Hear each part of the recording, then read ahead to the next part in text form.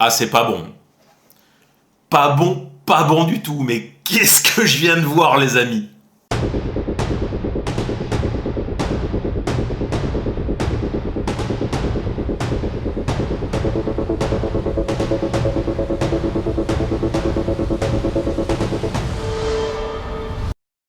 Bonjour à toutes et bonjour à tous. J'espère que vous kiffez la saucisse. Moi, ça va plutôt bien. Qu'est-ce que je viens de voir, les gars? Qu'est-ce que je viens de voir? Qu'est-ce que c'est que ce truc? C'est difficile de parler d'Atoman parce que donc je l'avais pas vu, je l'ai vu là il y a quelques heures. J'ai l'impression que sur ce film quasiment tout a été dit.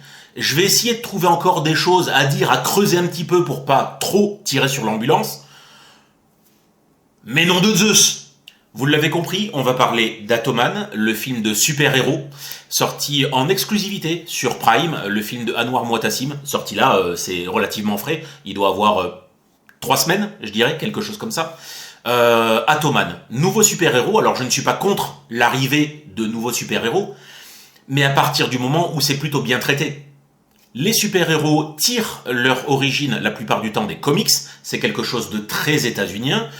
On connaît les deux grandes écuries de comics que sont DC d'un côté et Marvel de l'autre. Énormément de super-héros ont déjà connu leur adaptation au cinéma. Je pense, pour pas faire de jaloux, à Iron Man d'un côté et on peut penser à Superman de l'autre, et ce depuis très très longtemps. En France, on a aussi des super-héros, mais qui n'ont pas connu d'adaptation cinématographique. Je vous laisse regarder par curiosité sur Internet, mais on a des super-héros français, et qui datent même depuis très très longtemps, et je parle de super-héros assez sérieux. Je vous laisserai regarder Micros, et je vous laisserai regarder Loisel, qui sont parmi les super-héros que personne ne connaît, qui n'ont jamais été adaptés, je crois, mais qui pourtant sont des super-héros bien de chez nous. On pourrait citer Fantomas, mais Fantomas n'est pas un super-héros, c'est plutôt un super-vilain, on pourrait dire, puisqu'il fait tourner en rond la police, donc il n'est pas considéré comme étant super-héros. Même en Indonésie, on a Gundala qui a connu son adaptation cinématographique, qui a eu un joli succès, et pas mal de suites, avec des gros budgets, etc., pour un pays comme l'Indonésie. Donc voilà, les super-héros, ils existent un petit peu partout à travers le monde. Pourquoi pas un super-héros marocain? J'ai absolument rien contre. En plus, ça dégage derrière toute une culture. Voilà, ça peut vraiment engendrer tout un univers de super-héros qui peut être hyper intéressant, à condition que ça soit bien traité. L'histoire d'Atoman, c'est celle d'un chercheur / archéologue allemand, si j'ai bien compris, relativement âgé, qui après des décennies de recherche, c'est un peu l'histoire de sa vie en fait, a trouvé pour lui le Saint Graal, c'est une sorte d'artefact magique. Et en parallèle, on suit Hakim, donc qui est un hacker. Hakim, hacker, vous l'avez, un des hackers les plus redoutables visiblement du pays, voire même d'Europe, qui lui survit de ça à une tentative d'assassinat, ce qui lui permet en même temps de révéler ses pouvoirs, chose qu'il ignorait totalement, et son chemin, sa trajectoire va croiser la route de cet artefact que finalement d'autres personnes assez malfaisantes vont rechercher, et lui, il va tout faire pour faire en sorte que les personnes ne trouvent pas l'artefact, que les personnes n'acquièrent pas des pouvoirs, et pour sauver le monde. L'histoire d'Atoman, vous ne pouvez pas ne pas la comprendre. Et pour une raison très simple, et c'est un premier défaut du film, c'est que dans ce film, on surexplique tout. Tout est surexpliqué, les personnages, quand ils parlent, disent des choses qu'ils ne diraient pas dans la vraie vie. Dès les premières minutes du film, le fameux archéologue allemand, relativement âgé, il a une assistante, plus jeune. C'est elle qui, à force de creuser, etc., arrive à mettre la main sur une sorte de phrase magique. Et en fait, on suppose qu'ils collaborent depuis très longtemps ensemble, au moins, j'en sais rien, des mois, voire des années, donc ils sont censés très bien se connaître, et pourtant, dès le début du film, donc elle l'interpelle, elle lui dit « Professeur, j'ai trouvé quelque chose ». Donc, lui, il l'accompagne, et pendant qu'ils descendent jusqu'à la cavité où il y a la fameuse phrase magique, elle lui raconte son CV à lui. Elle lui dit, vous savez, professeur, je sais que ça fait des décennies que vous cherchez ça. Vous savez, après en avoir autant bavé, etc. Elle lui déroule toute sa vie pour nous expliquer à nos spectateurs, en fait, qu'est-ce qu'il était en train de chercher. Mais c'est une conversation que deux personnes qui se connaissent depuis longtemps n'auraient pas. Et tout est surexpliqué comme ça. Les pouvoirs, les métiers. Quand Hakim se fait arrêter, on le voit avec un sac sur la tête, et il est emmené dans une salle où il est passé un petit peu à la casserole, entre guillemets. là aussi, on lui explique tout ce qu'il a déjà fait. On nous explique en fait, nous spectateurs, tout ce que lui a déjà fait. Mais il le sait. Lui est censé déjà être au courant puisque c'est lui qui l'a fait. Et tout est surexpliqué comme ça. Déjà, rien que ça m'a gavé. Ah, et j'oubliais, pour revenir encore plus au début, le générique, les gars. Le générique, il est éclaté. Visuellement, ça fait penser à une cinématique PS3,5. La chanson.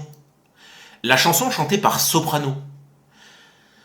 Alors déjà, il faudra m'expliquer un truc. Je me suis pas beaucoup renseigné sur l'artiste, du coup, qui est donc l'acteur principal, mais si j'ai bien compris, il est rappeur ou chanteur.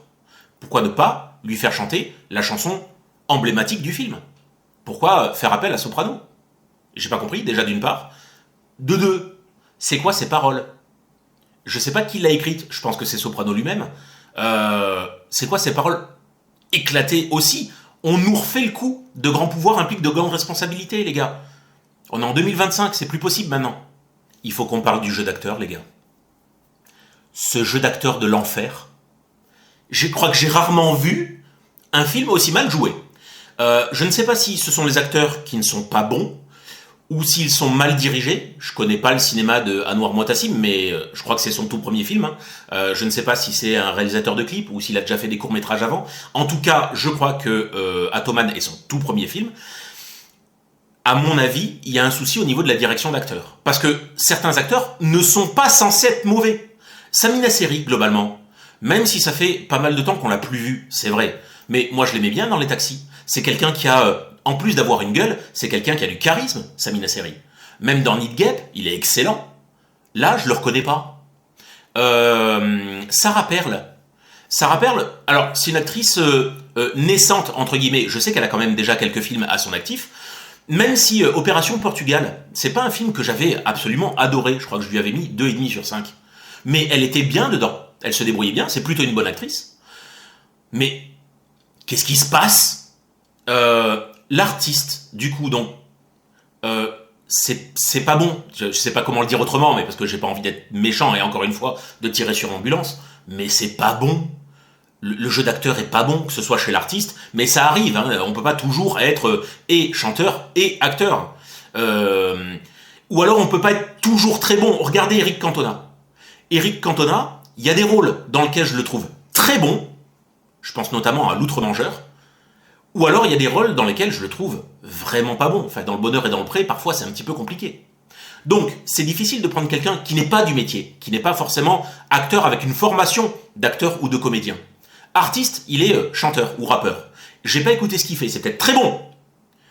Mais là, c'est compliqué. Et comme c'est le rôle principal, c'est extrêmement compliqué.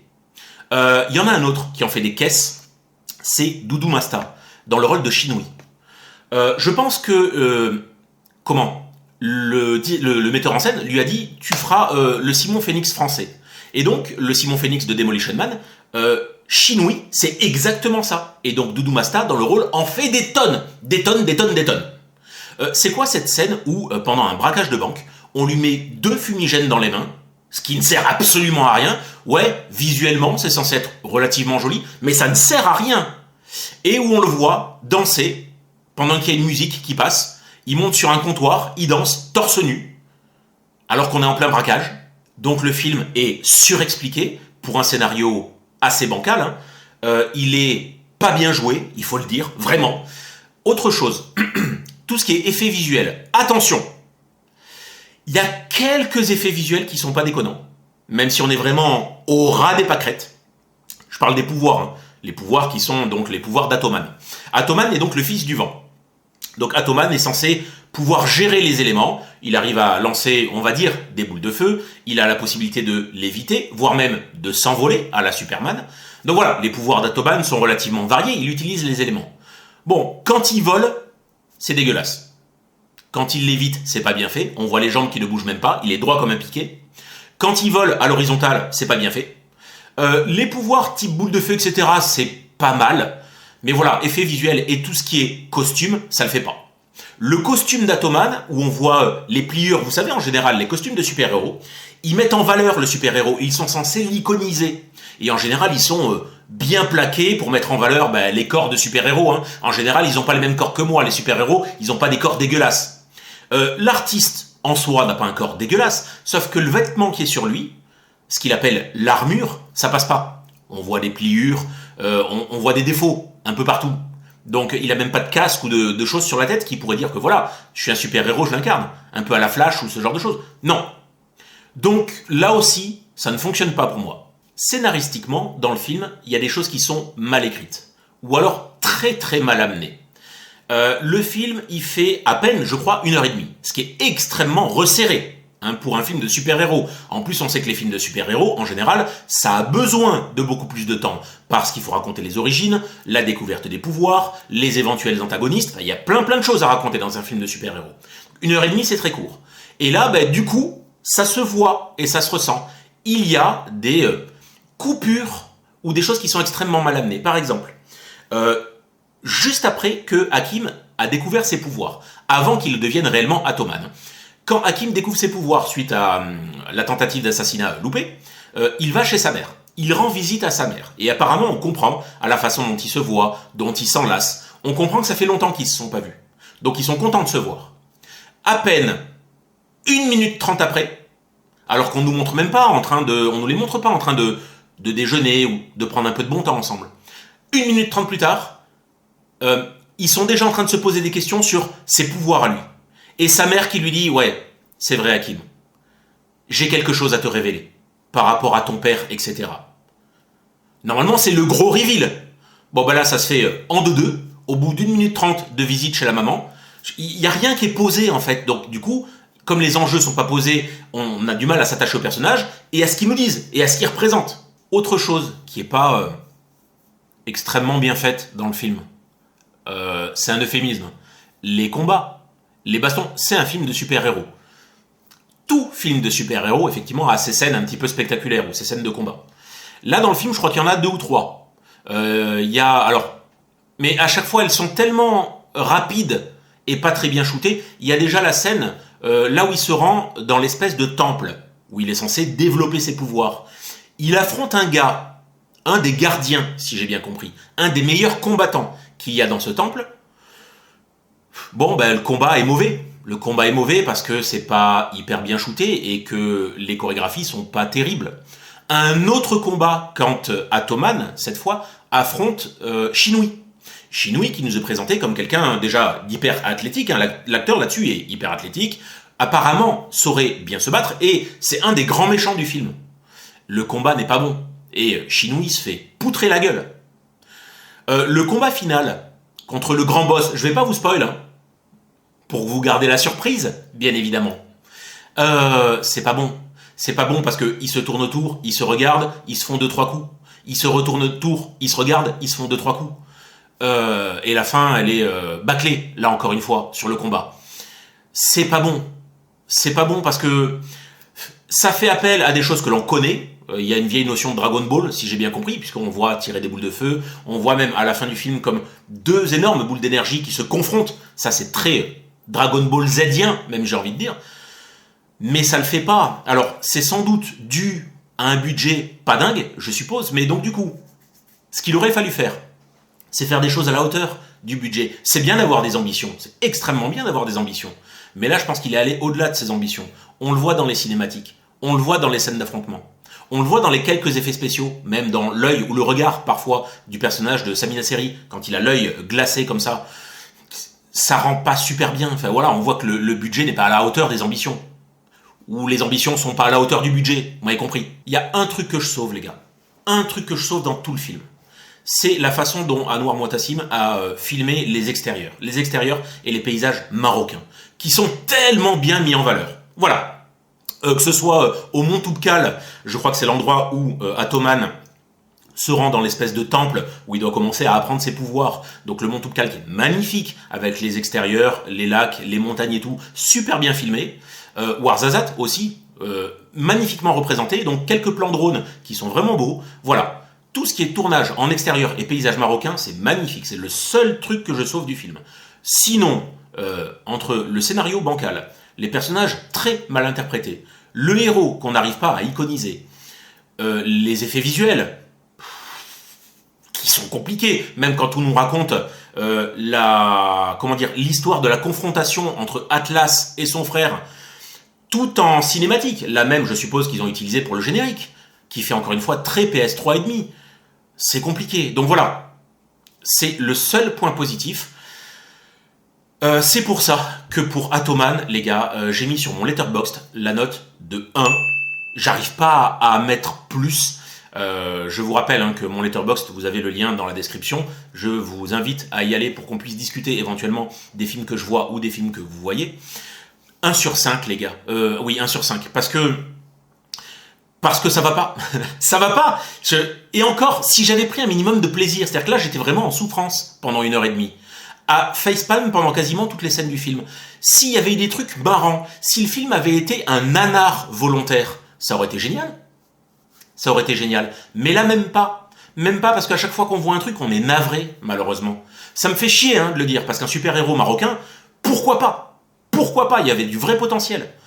Mais là, voilà. C'est pas bien fait, malheureusement. Donc soit ça mériterait d'être refait, soit il faut passer à autre chose. Encore une fois, je me répète, faire un film à la hauteur du budget et des ambitions. C'est pas aligné, il y a un truc qui va pas. Ok? Donc voilà, voyez-le, dites-moi dans les commentaires ce que vous en avez pensé. C'est pas la première fois que chez Prime, il y a des trucs qui sont quand même... j'avais fait la critique de Pick Up avec Eddie Murphy, qui était pas dingue. Voilà, il y a quelques exclus qui sont quand même pas ouf. J'ai pas vu les films avec Jonathan Cohen, il y a pas mal de trucs que j'ai pas encore vus. Mais là, ça donne pas envie. Autant vous dire. Et pourtant, je sais que le cinéma marocain regorge de perles, et c'est bien de faire un cinéma de genre, en plus. Déjà, c'est pas évident pour la France, Attention, Déjà, rien que pour le cinéma français, c'est pas évident de faire du cinéma de genre, sinon on aurait fait des films de super-héros depuis bien longtemps. Donc je me doute que pour le cinéma marocain, je connais pas les budgets des films, exactement, mais ça doit pas être simple non plus. Mais je sais qu'il peut y avoir des perles dans le cinéma marocain, c'est dommage que ça, ce soit un vrai loupé.